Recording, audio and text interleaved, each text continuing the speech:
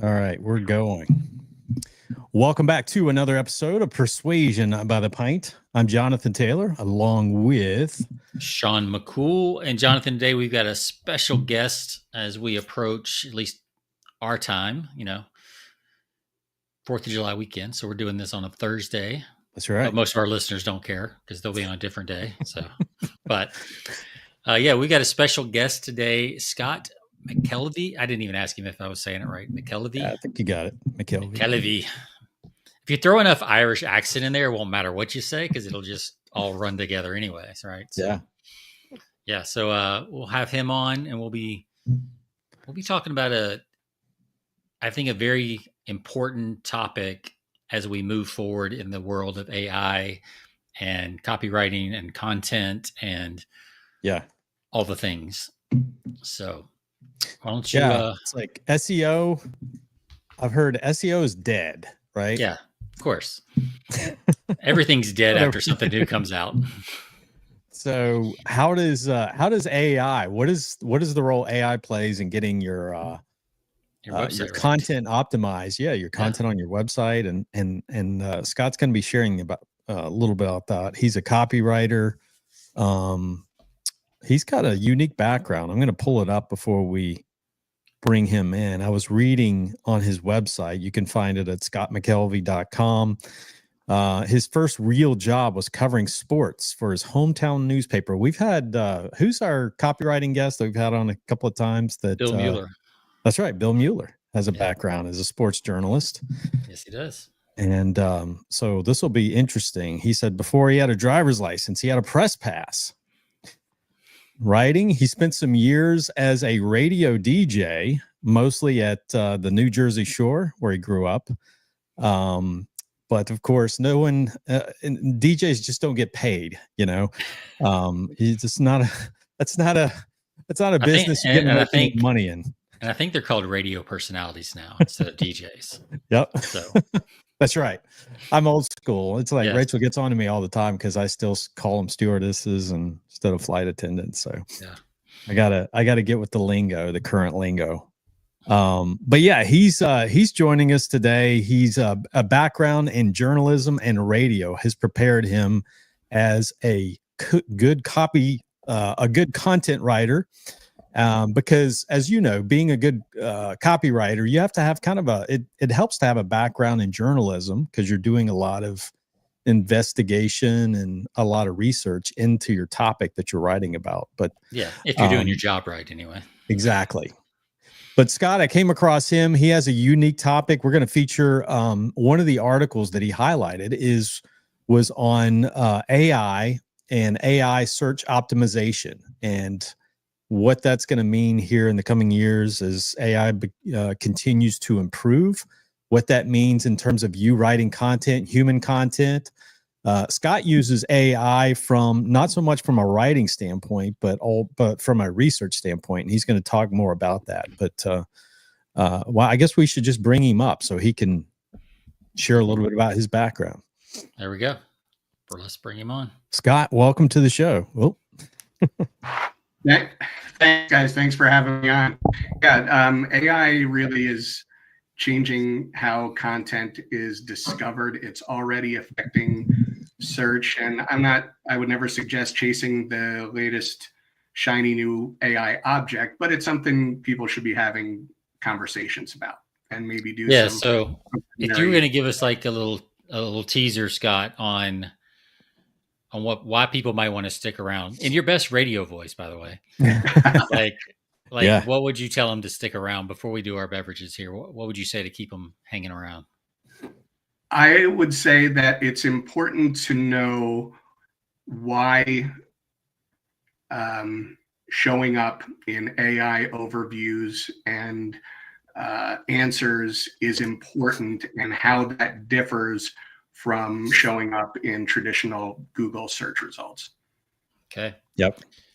All right. We're going to learn some lingo today too, if our listeners don't know, but yeah, we'll get into that in a minute. But yeah, it's like, we'll find out if SEO is dead and if so, what's replacing it and maybe how they all play together and all that kind of stuff. But yeah, before we do that, before we do that, we talk about AI, but we've never talked about it from this angle. So this will be really interesting.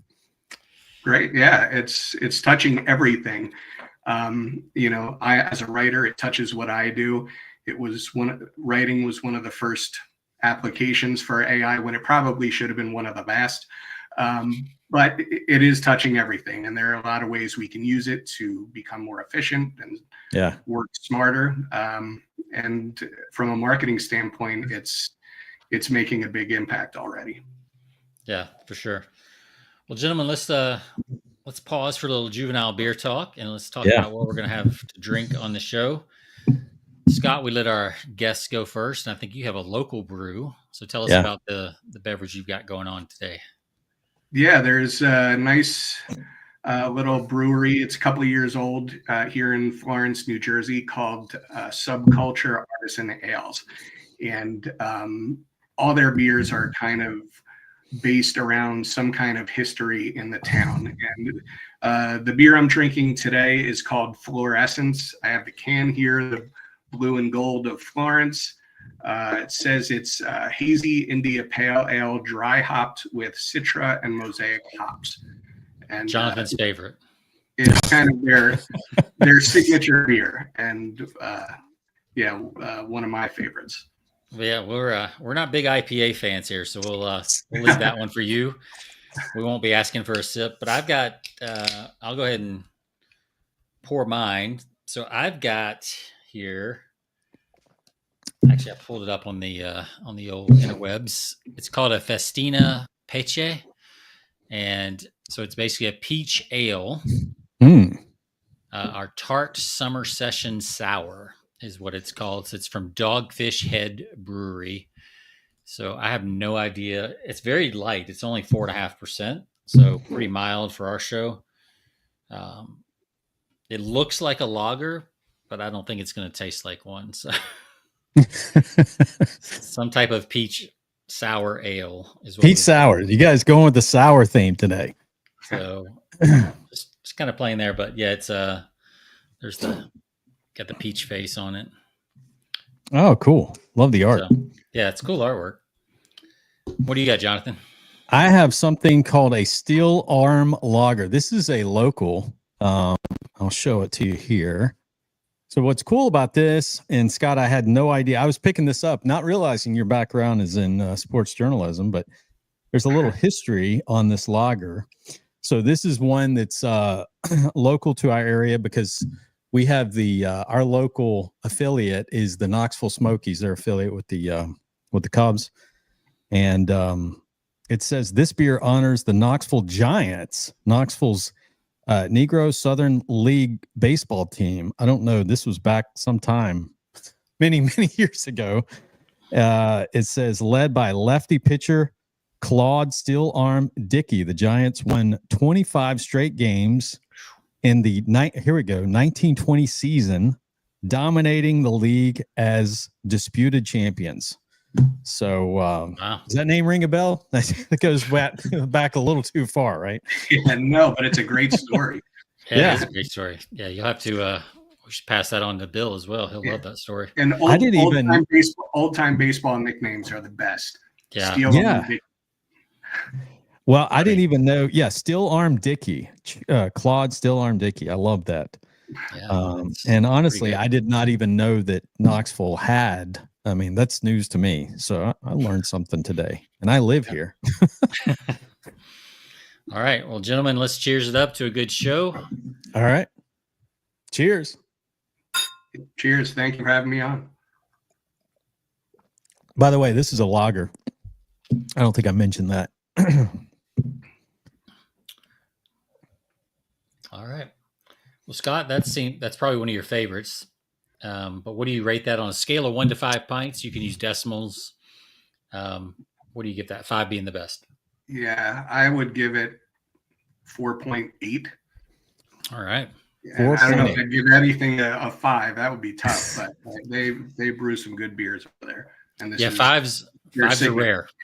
Yeah, fives are rare on the show. That's for sure. So, all right, well, I'll go with mine. So mine tastes a lot like a lager that somebody dropped a peach in.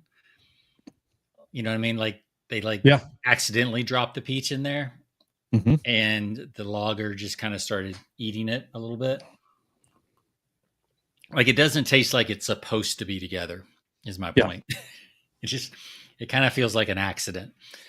So a happy accident is. I mean, it's the smell is great. Like the aroma, the peach smell, like when you put it up to your mouth, it's great. But then as soon as you take a sip, it's like, I don't know. It's kind of fighting with itself.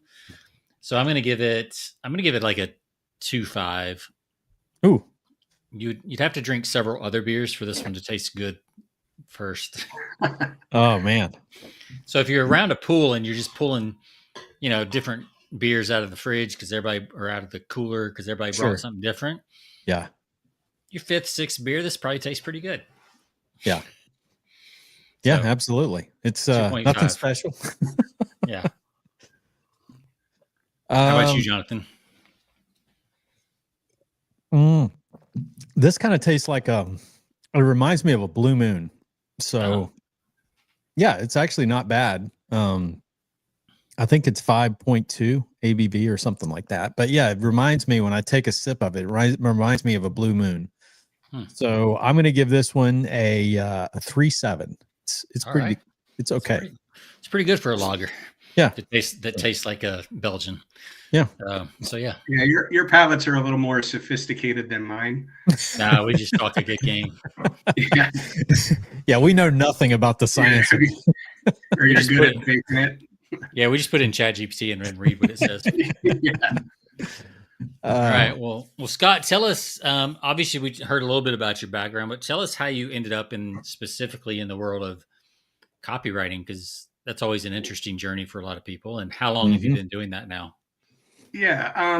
Well, to give you the quick backstory, I was working as a creative director in radio, and I did the DJ thing for a couple of years, a radio personality.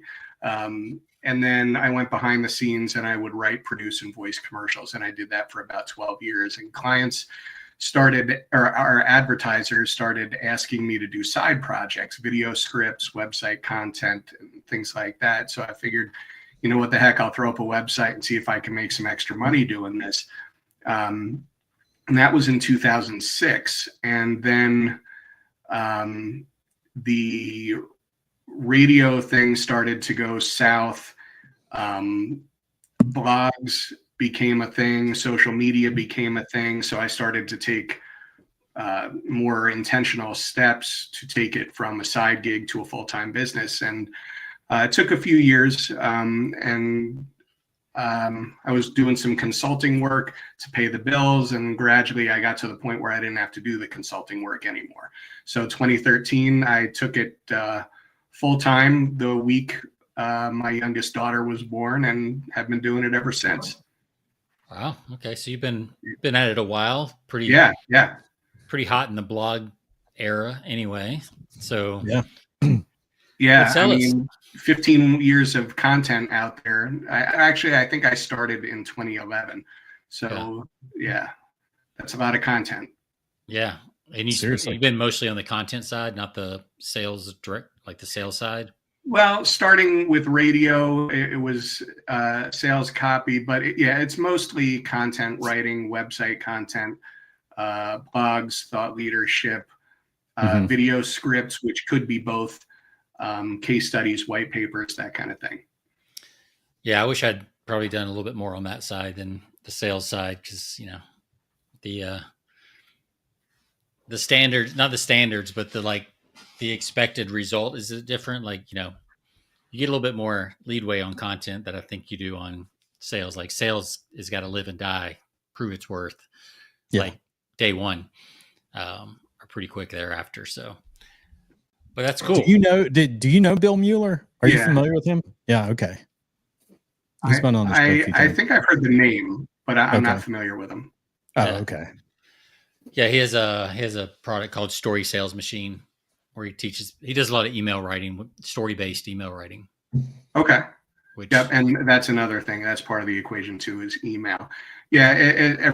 With traditional advertising and sales copy, it's all about the conversion. And unfortunately, some people then take the the content that's a long game and they treat it like a newspaper ad from the 80s and put it out there and sit by the phone and expecting it to ring. And you have to explain to them again that it doesn't work that way. But most people get it. But it can be a tough sell that it's not meant to make the phone ring or make people email or click. It's to educate, help, solve problems, and then when they have the need, they'll contact you. Right. Yeah, that's a good distinction. Yeah. Well, let's find out the answer to the question then, Scott. Is SEO dead? No. Okay. That's a great show. There we go. Man. We've been told whenever I see something is dead, it's the strongest indication that it's alive and well. Email's dead. SEO's dead. Yeah. I mean, I came from radio. People have been saying radio is dead since the World Fair in 1939 when TV was introduced. So it's not dead, but I mean, just since May, from what I've read, it's changed. And obviously Google overviews, taking that as an example, pushes all the search results further down on the page, pushes the ads further down on the page.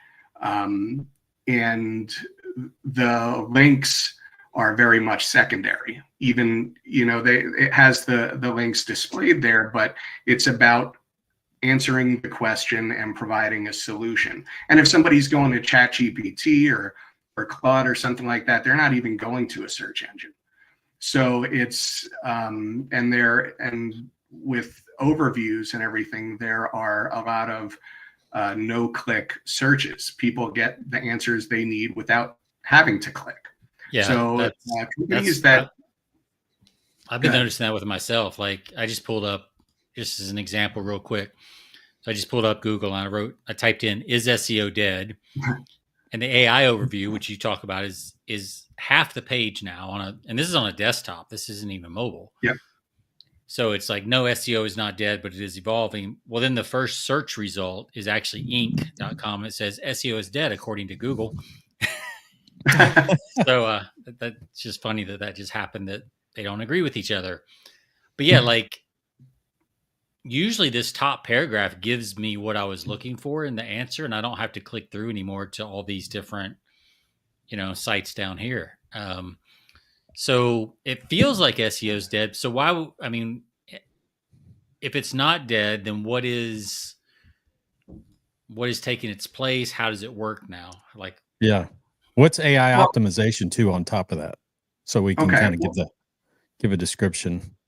Yeah. I mean, I think, like that source said, SEO is changing, it's evolving. I think if somebody wants to make a purchase, they're still going to click on a search result. But when it comes to information and answers, they can often get what they need from an overview. And that is why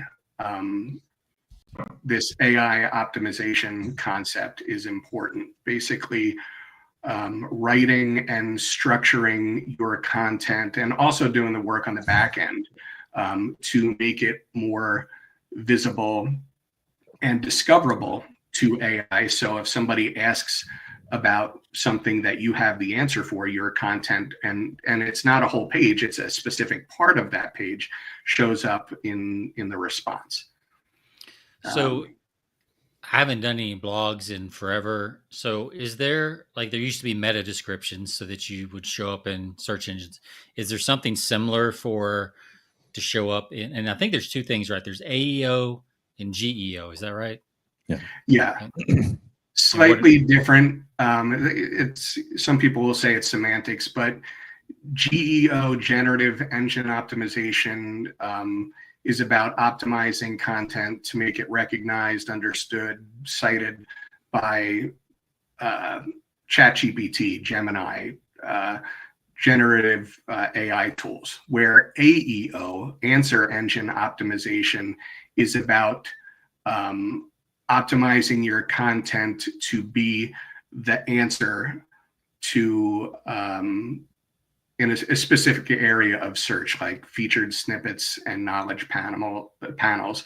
And you'll see that people also ask section when you type something into Google. So that's more related to that. I focus on AI optimization because I look at it more holistically. We just want AI to find and cite our content however people are using it.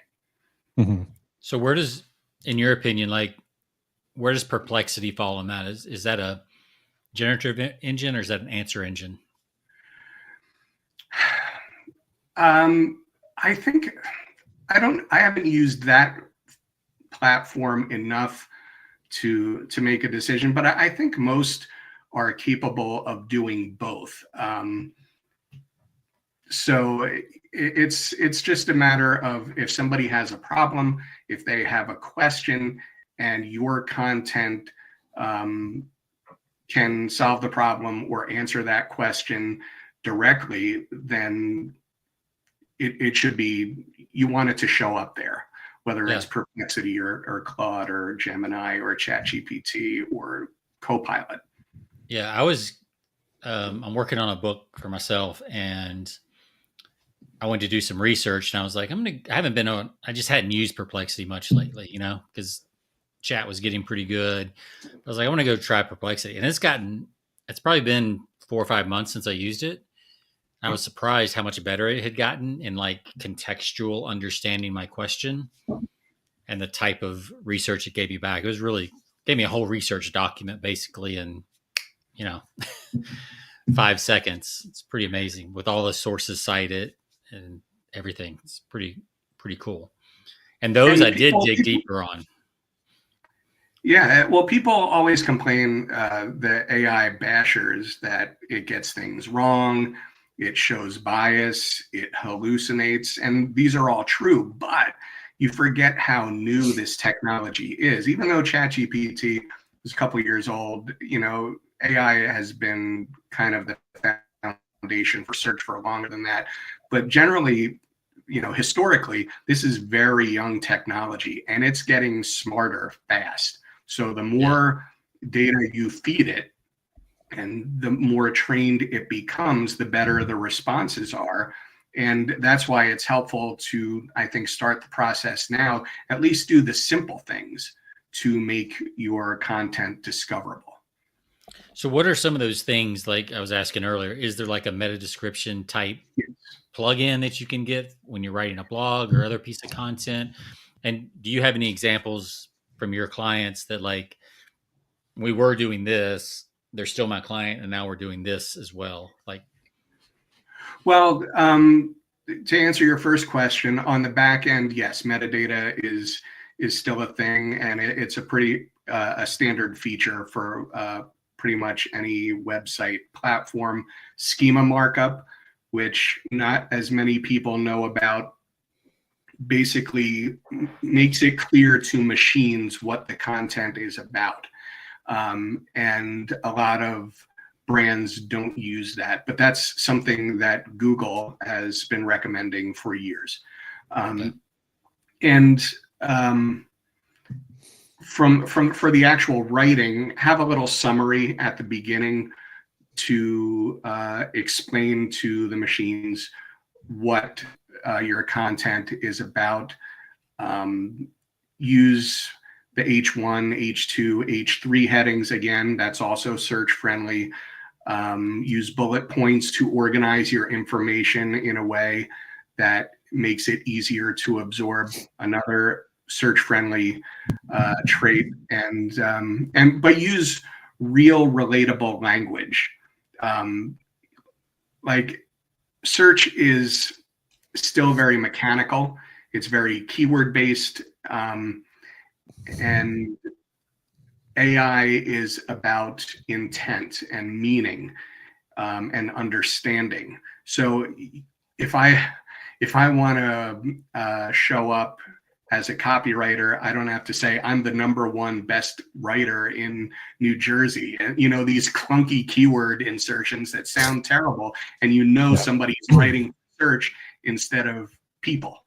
Right. Yeah. And with AI, you don't have to do that anymore. What's good for people is good for AI. So the fact that these two things are finally coming together after 10, 15 years of clunky keyword stuffed content, that's a great thing for everybody. So you're writing for, you say you're creating moments of human connection first. That's human first, everything else second is what you say. Right. Yes.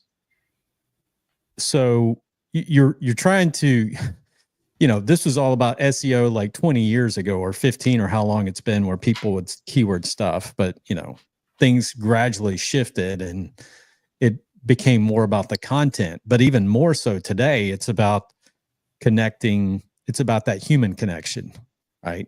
Human interest stories, things like that can tie, that really connect with people. And that's what people are looking for. And that's what AI is searching, I guess. Right. And Google has been saying for a long time that we want you to focus on the user and serving their needs, and put out what they call helpful, original, people first content. But if you really wanted to rank, you still got to get those keywords in there, and backlinks, that's another important thing. But with AI, you don't have to compromise the humanness of your content to satisfy AI. Right. They're both looking basically for the good things, for the same things. And the way you structure it for AI also makes it easier to consume and understand for humans. So everybody wins. Yeah. So I noticed too, because if you do a Google search nowadays, you don't just get you don't get the immediate search result. You get the AI, as Sean was mentioning earlier when he did the search, you get the AI overview and the summary. And that where typically is that pulling from? I know it's pulling from obviously a specific page, but that's always, at the very top, it's got that. And it's usually, if you're looking for an answer right away in Google, which I just go straight to the platform nowadays. If I have a question, or just talk to ChatGPT and ask it something. But if you do type it in Google, you usually get the AI summary at the very top, and it pushes all the other results down, right? Yes. And I think those answers are coming from multiple sources. And it's not, instead of a blue link to an entire page, it's pulling the piece, and it's not even pulling the piece. It's citing the source, but it's writing the response based on what it found through multiple sources. And the interesting thing is there is a lot less traffic to websites, but the quality of the traffic is better. I was talking to a guy who I've worked with for 15 years, and they're heavy into SEO and analytics. And they have one client that had 3 visits from ChatGPT, and one of them converted. He had another client that had 1 visit from ChatGPT, and it converted. So, I mean, the quality and conversion rate, now it's still being studied, it's still early, but all signs are pointing to that being so much better. The traffic, lower volume, but higher quality traffic and higher conversion rates coming from AI, whether it's ChatGPT, Gemini, or whatever. Yeah, so I can kind of see how, I could, if I do a Google search, I can see how they have some links and there's some stuff on the side that you can click through and see that. But I rarely see links when I do any ChatGPT conversations.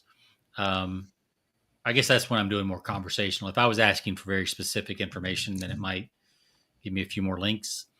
But it just seems like it's harder to come by the links on chat than it is in Google. Yeah, and I think Google, one of the big conversations is how Google is going to monetize Gemini.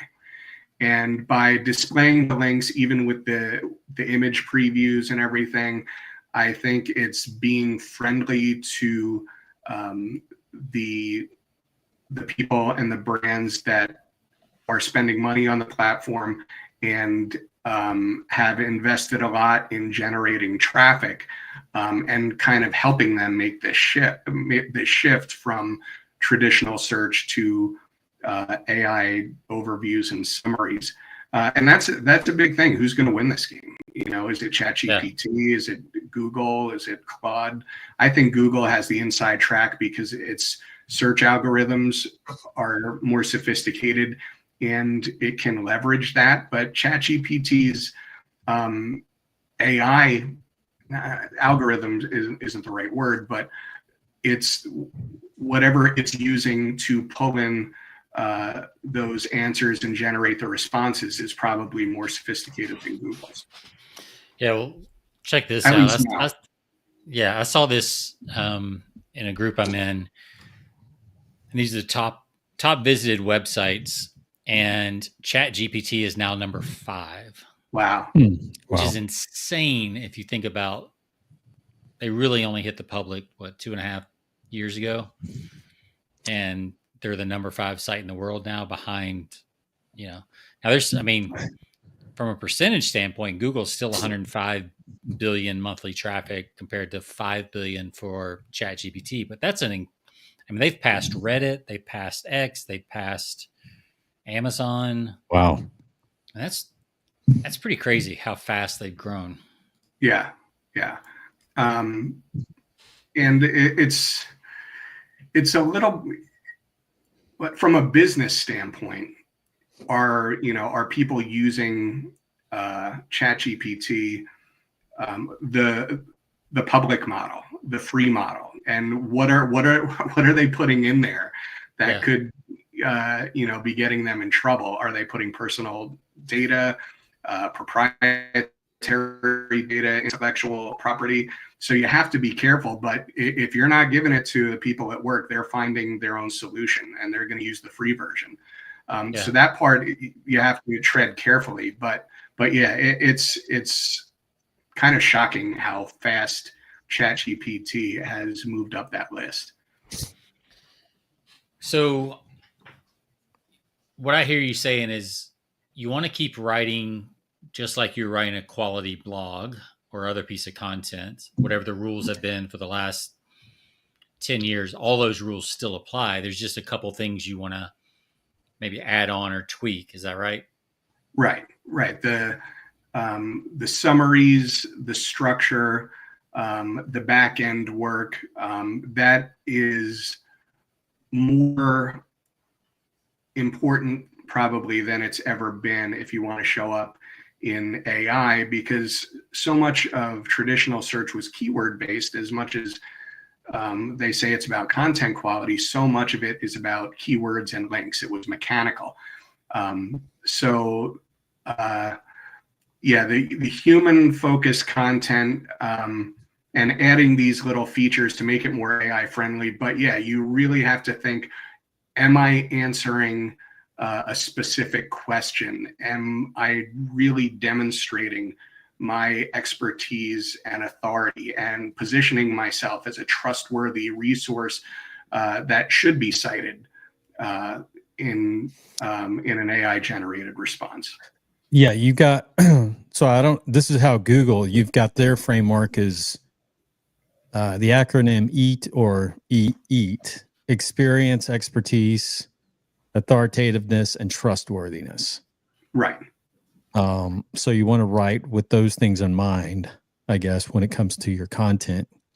That's kind of their skyscraper formula, right? Their big, long, content heavy, like 1,000-word post formula.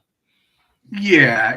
And I actually I typed that into both ChatGPT and Gemini the other day.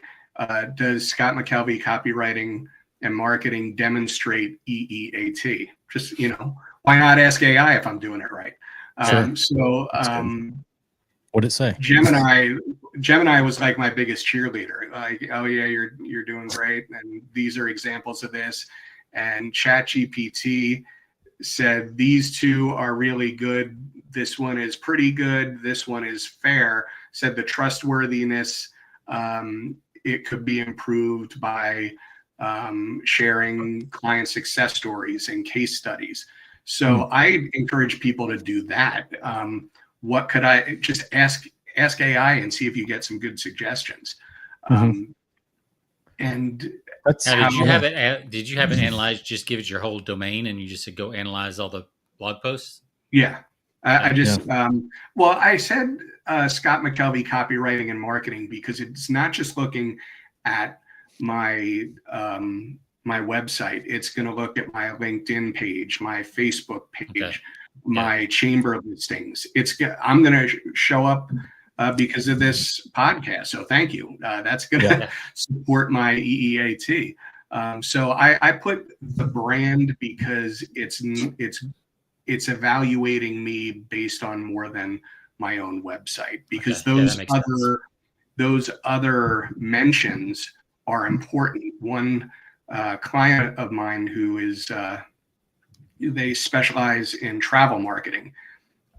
They said it's almost like digital PR these days. You have to get as many mentions as you can out there, and that will be a major factor in whether you are cited by in AI overviews and answers. In terms so are of you going authoritativeness, expertise, I guess something like that. You know, they want to see that. Yep. Experience, expertise, authority, trustworthiness. Yeah. Yep. So let's say I'm somebody that they've had a blog for a while, put a lot of effort into the content. Should they be going back and updating all their old blogs, or just moving forward? And if they should be updating, like, how big of an update? Is it just one paragraph? Is it like, what have you found there? Based on what I'm reading, that AI likes fresh content. So it's going to want to see new content, but by auditing your existing content, you're showing AI that it's still relevant and valuable. And then you can incorporate the technical stuff to improve the odds of being discovered, the schema markup and the metadata, if it wasn't done at all or it wasn't done right. And putting a summary at the beginning, and make sure you have your H1, H2, and H3 headings.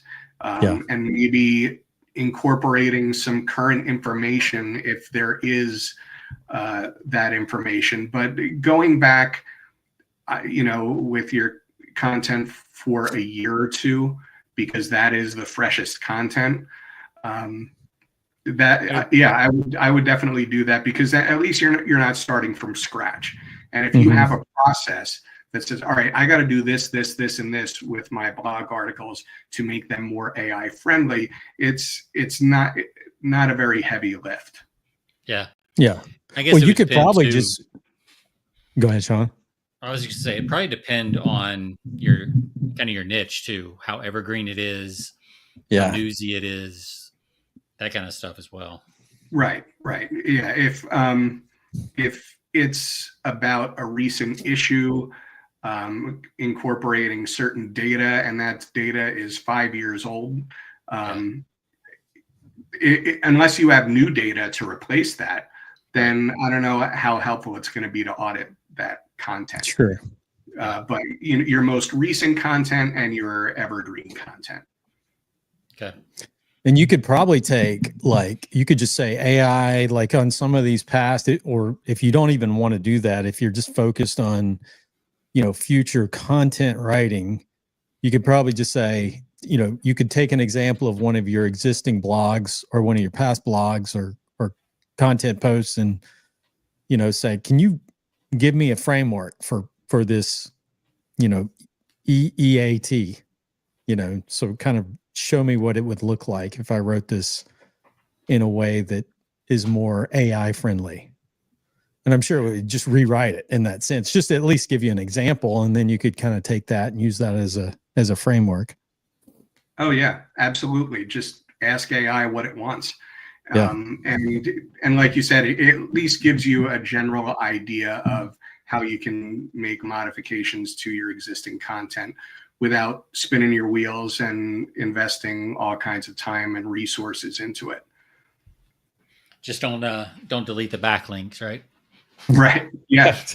Yeah. And we say that the freshness of content. And when I did that exercise the other day of do I demonstrate EEAT, it pulled up a blog article that had to be at least 6 or 7 years old. So I think everybody is still figuring it out, and anybody who claims to have all the answers isn't being honest with you. But there's always going to be an exception, and there are always going to be the hallucinations and that kind of thing. But if you follow some very basic best practices, it could be helpful in helping your content get discovered. Yeah, or they can hire a guy like you who's keeping an eye on that stuff and figuring it all out, and instead of trying to figure it out yourself. Yeah, absolutely. And yeah, that's something I'm talking, like you had mentioned, or you had asked, and I don't think I got to that answer, what clients are doing now. I'm making it a standard practice, whether they asked for it or not, to include the summary at the beginning and the H1, H2, and offer metadata suggestions. So it's low-hanging fruit that can make a difference. If we know that can help, why not do it? Yeah. And what's the difference in like an AI summary and like a meta description? Like, how would they be different? Well, the summary writing. Yeah, well, the summary I actually put at the beginning of the article. Okay. It's exactly that. It just summarizes the key points of the article and gives like a key takeaway and why it's worth their time to read. So it's good for humans, again, good for AI, whereas the metadata sits in the background and is strictly for the machines to understand. And it shows up in search results too, I believe. I'm not an SEO expert by any means, but it's more of a back end thing. Okay. Is your website, is that a WordPress platform or is it something else? No, I switched my website from WordPress to Duda last year. Okay. Duda. It's just very user friendly. It's secure without a million plugins, and I can update anything without any coding. Does it have like I know WordPress have all these which is another thing you mentioned I hate, is like, so there's too many plugins. But occasionally you get some very useful things on there that is there any kind of on that particular platform that kind of guides you on optimizing your content for AI or anything like that? Yes, that the tools are there. It doesn't necessarily, and I haven't checked recently to see if it mentions AI about like, if you do this, it will help you get found by AI, but it does mention how metadata and schema are search friendly. But yeah, the tools are there, and they're easy if you know how to use them. Schema markup can be a little tricky, but metadata is pretty straightforward. And still, the keywords, you may as well put them in there, even if it's not as keyword focused as it used to be. Right. What'd you say that platform is? Duda? Duda. Duda. Duda. Okay. Man, I don't know where these kids come up with these names for sites. It's got to be one word. It's got to be one word, missing some vowels, whatever. Yeah, spelled backwards. Yeah, something. So.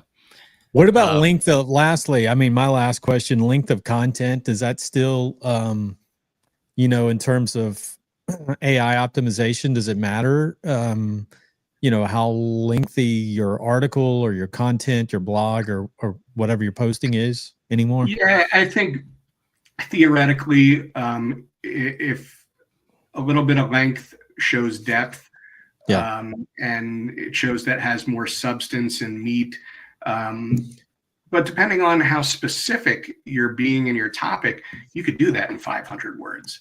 But it probably prefers a little bit longer, 1,000 words. It used to be 2,000 words was the quote unquote best practice for Google. And I don't know if I've ever written a 2,000 word article. My philosophy is make it as long as it needs to be to make your point clearly, powerfully, comprehensively for humans. And if it satisfies humans, at least now, it should satisfy AI.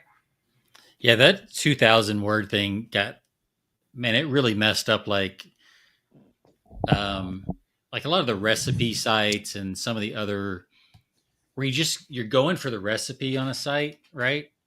And then they give you like the history of pasta on top of the spaghetti recipe. And you're like, I don't need to know the history of pasta from 7th century Rome. I just want the spaghetti recipe. Like, that's when it got overdone because people were trying to hit that limit. Right. And it became unuser friendly. Like it was exactly. And the message you want to deliver gets lost in the volume of it. And I've worked on projects where a client is working with an SEO company and they give me those requirements, and you have to work not only just keywords in there a certain amount of times, but like the homepage of a website had to be like 800 words. It's like, what are you doing? And it's just totally unnecessary. And you try to get them to scale it down a little bit, but there are just certain parameters that everybody feels they need to follow, and you can only plead your case so much before you say it's the mythology becomes the rules, right? That's it can get out of hand pretty quick. So what's the old saying, like if somebody wants to give an hour speech, like I don't need notice. If you want me to give a 30-minute speech, I need like a week's notice. If you want me to give a 10-minute speech, I need a month's notice, something like that. Because the shorter you write, the harder it is. To have the same powerful point made. I used to have to get the message across in 60, 30, or 10 seconds. That used to be my job. So I get it. And that's a tough thing to sell to people, that, it doesn't necessarily make it cheaper just because you have to say it in 100 words or 50 words or 25 words. But have you ever tried your hand at Instagram or TikTok scripts or things like that? Video scripts, yes, and wherever they ended up, YouTube, TikTok, because working in radio, everything I did for 12 years had to be spoken, so that translates well to video, because if you can get the message across without the visual component, then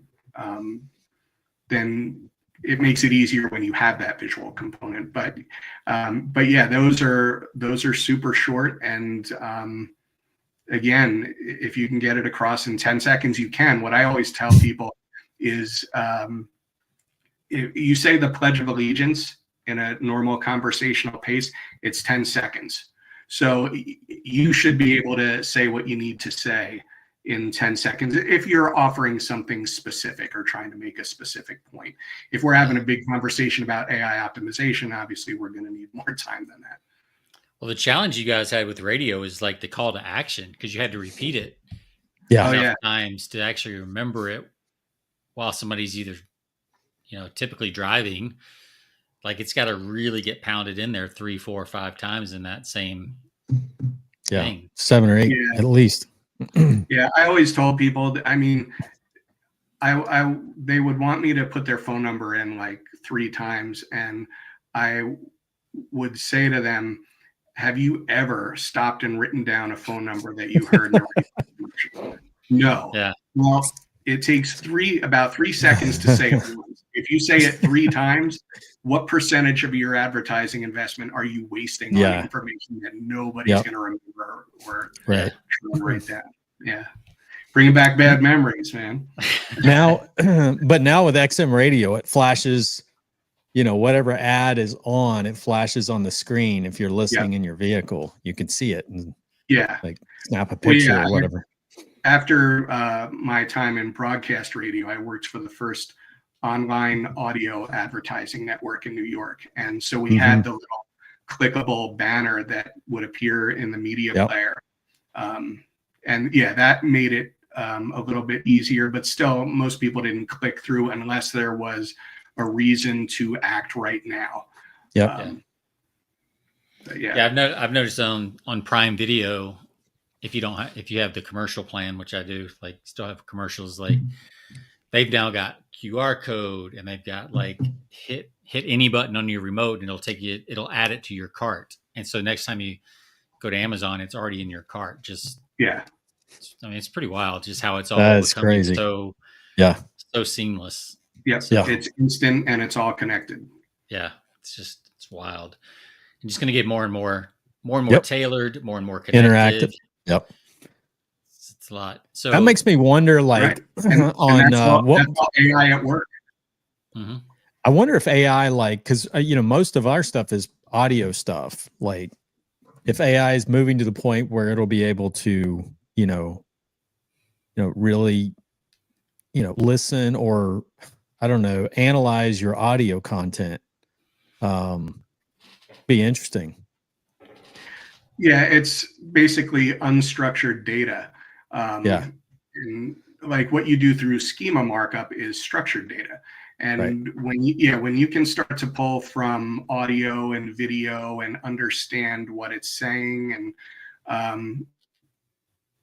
and I don't have a concrete answer for that, but if it's not already doing it, it will be doing it soon. Yeah. Well, I'm pretty sure it is, because you've got, Fathom and Otter voice recorders for Zoom meetings. You've got the transcripts are automatic. I mean, the YouTube videos are automatically transcribed now. They're all in there now. So obviously they're pulling it and they're converting it to text, which means they're using it. Yeah.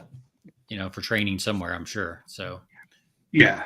Are they able to do it that fast and use it to generate an instant response, like in an AI overview or an answer on ChatGPT? Right. I think exactly. I can't say for sure. Yeah. It won't be long if they're not. That's for sure. Yeah. Yep. The speed of everything. So, well, Scott, like, what's one, if you were to leave people with what kind of one word of wisdom or one thing to kind of look out for or implement, like, what would that one thing be? Just do the simple things that we know right now will make your content more discoverable. Don't try to get too far ahead of it. Let other people do that. Just focus on the basic fundamentals. Michael Jordan was taking jump shots before he started dunking from the free throw line. Just get your basics right, the stuff that we know will work.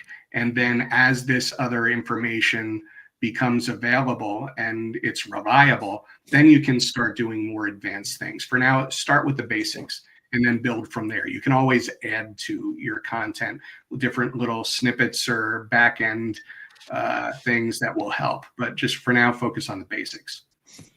And I know a lot of our listeners who are probably more on the sales side probably aren't doing enough content, period, anyway. So just even getting more and more content out there that's evergreen, or at least going to last for, a couple of years. I think that's important too. Right. And make sure it's valuable, relevant, and you're answering your ideal client's most common questions, because those are the questions they're probably asking AI. Yeah, if I can probably give you those answers. Like if I took those questions.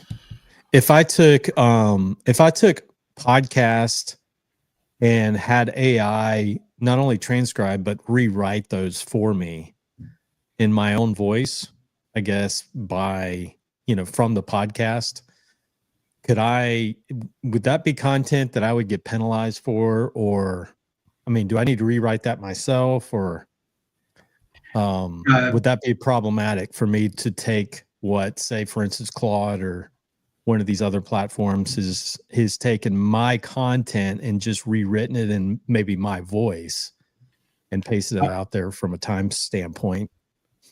Yeah, I know from Google's standpoint, strictly AI generated content that is not in any way edited is a bad thing.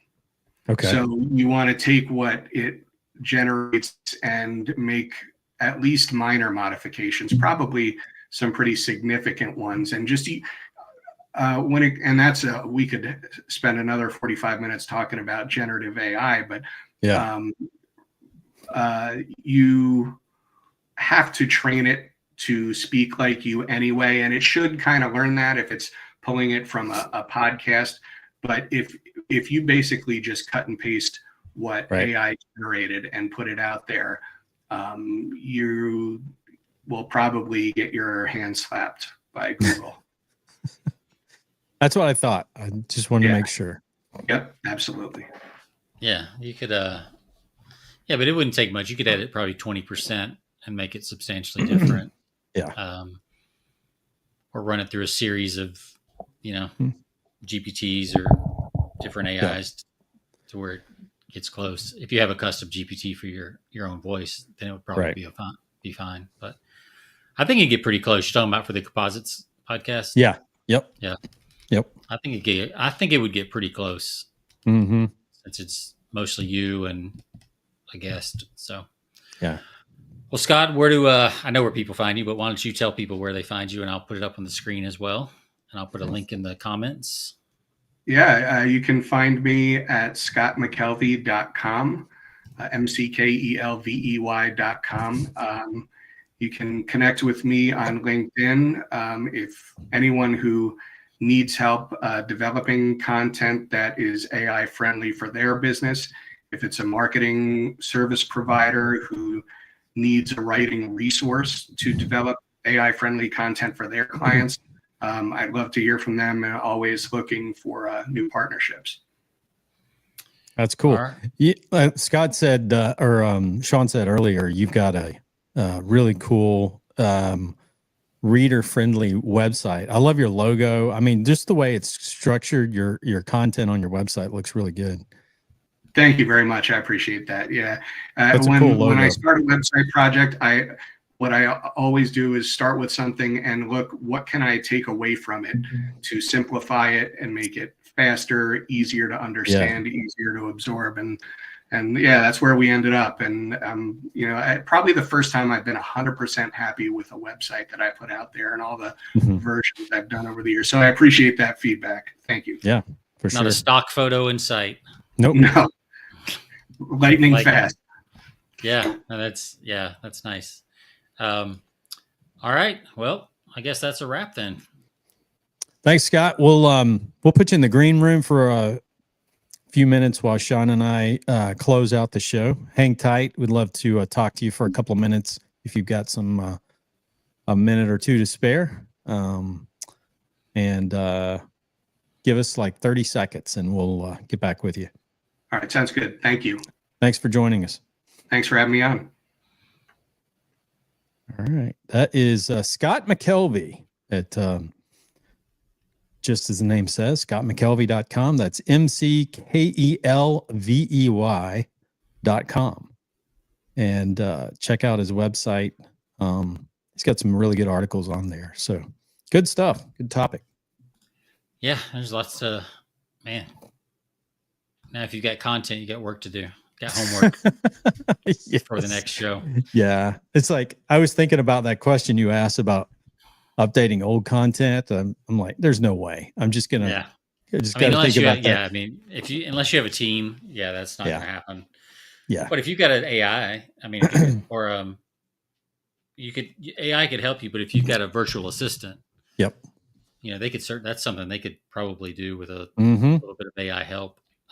So I got to check out this Duda too. Oh, sounds like it looks pretty good platform. Cool. Yeah. So cool. All right. All right. So any plans for the Labor Day, Independence Day weekend? What am I saying? I'm jumping ahead. No, I think it's supposed to be rainy here, so we're going to be not doing much. Well, hey, we need it, so we're happy with it. So don't expect any fireworks then, right? No, I'm sure they'll still be firing them off around here. So as they should. So yeah, definitely. Watch out for all the articles about people's pets and everybody. Yes. Yep. They're coming. Those articles coming out. All the angry people on social media this weekend. So Nextdoor will be fired up this weekend. So if you want some good entertainment, get off X and go over to Nextdoor for the weekend. Yes. All right. Well, that wraps up our show. You can find us over at persuasionbythepint.com. You can find us on all of your favorite platforms. Next week, joining us, Sean, I didn't mention this, but I did mention this. We have a guest joining us talking about writing books versus AI writing books. This is like a Paul Bunyan story. Yeah, it's pretty cool. So yeah, like a traditional writer versus AI. Like I'm excited for this one. Yeah. She's laid down the gauntlet. She's she's knocking it down fast too, faster than some people can do it with AI. So I can't wait to talk to her. That's impressive stuff right there. Yep. So join us next week. Until then, hope you have a great 4th of July weekend, and we'll see you on the next episode. See ya.